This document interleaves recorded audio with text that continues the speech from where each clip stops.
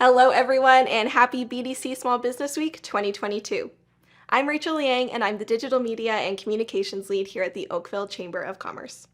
Today, we're profiling Rishi Bandhu of Bandhu Law Professional Corporation, a firm that Rishi started from the ground up. Keep watching to hear Rishi discuss his early career experiences, including the challenges he faced as a racialized lawyer, how the industry's changing, and how he's paving the way for future lawyers of tomorrow. Let's get into it. So my name is Rishi Bandhu, and I'm the principal of Bandhu Law Professional Corporation. We're a law firm here in Oakville that specializes in employment and labor law matters. I have a mixed bag of clients. I have some large companies that employ several thousand people, and I have small companies as well that maybe employ 20 people. And then I also have individuals who reach out to me and require representation because their employment may have ended in an unfair manner. So I try and help them with that. I didn't grow up in the practice of law. My family was first generation immigrants from India. And my father and my mother really struggled to make a life here and to give us opportunities. So I didn't have a lot of connections in the practice of law. So through law school and the early part of my year working at really good firms, I was able to establish relationships with people that knew the profession and were generous enough to teach me the ins and outs of it, how to represent clients, how to provide quality service. And I learned a lot from them. And I still turn to a lot of those senior lawyers today for advice when I get into a sticky situation or just need to bounce an idea off. They're always there to help, and I'm very much appreciative of that.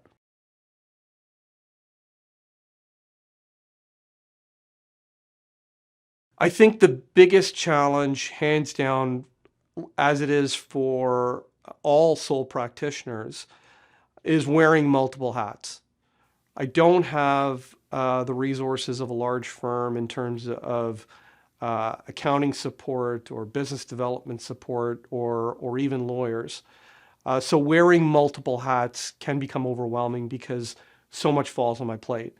Now, I do have an assistant, Erin, who I've worked with for many years, and she's truly indispensable in my practice and helps me deliver the quality of service and the product that I intend to deliver.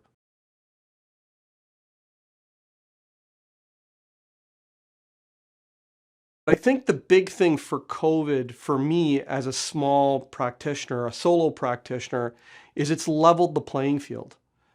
It used to be that there was at least a perception that Bay Street had an advantage with their large boardrooms and their artwork, but the reality is that all lawyers are practicing remotely now. And so from that perspective, I think it's leveled the playing field considerably between large firms and small firms.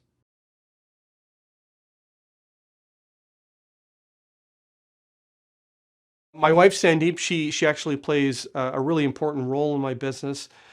She's an amazing business person. She's really been responsible for reach out within the community and forging new relationships. So we are not just a couple devoted to our family, but we're business partners as well, and it works really well for us. My eldest son is 14. He just started grade 9 at Oakville Trafalgar. And then my daughter, who's 13, is in grade 8, just right around the corner at Maple Grove, and she'll be entering high school next year. So it's a very exciting time for her too, as she navigates adolescence and the new teen years.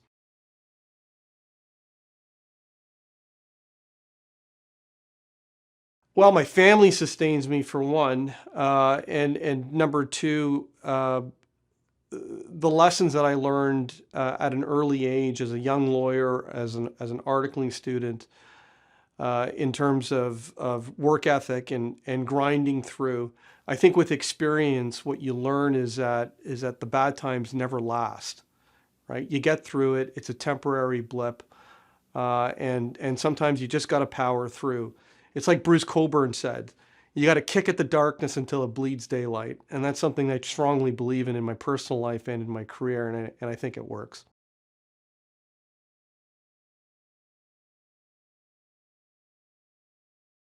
So I am a member of the South Asian Bar Association of Toronto. It's an organization that I was previously the president of. We did a lot of good work there in terms of advancing the organization and encouraging participation from larger law firms. And since then, the organization has really grown and expanded, and it's my involvement in that is something that I'm really proud of. When I started in 2003 or 2004, number one, there weren't as many people that looked like me that were practicing law. So it was challenging from that perspective, but more importantly, it wasn't an issue that was acknowledged. So when I look at the firms that I started with, the large firms that I started with back in 2003 until 2004, there were very few racialized lawyers practicing in those firms. When I look at the profiles of those firms now, there are many racialized lawyers, and I think that that's a really positive development. And the firms are talking about diversity and inclusion and equity, and I think that that's important to have that dialogue, and that's what's going to create positive, lasting change going forward. Even though the profile is improving, um, I think there's still a long way that we need to go to letting racialized professionals and lawyers feel like they belong.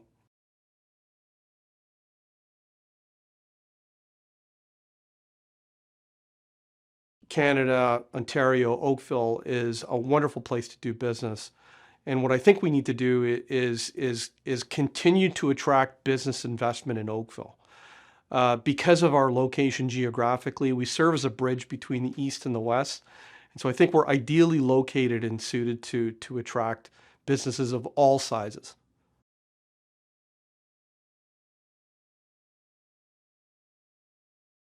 It can be challenging balancing the demands of the firm with a family, but I do find that as the hair gets grayer and the years start to accumulate, students do reach out to me. Young students do reach out to me, particularly racialized lawyers are reaching out to me, and I try and help as much as I can, and I try and pay it forward with the advice that I've learned along the way.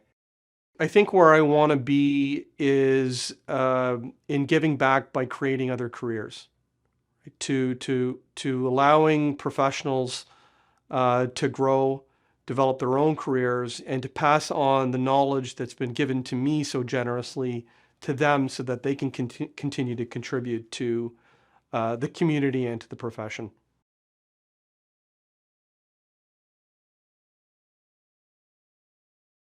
I myself am a small business. A lot of my clients are small businesses, and I take a lot of pride in that. And so it's great to be able to get the word out and to hopefully help more small businesses, either with the free information that we provide on our website or by providing advice and representation in the context of a client relationship.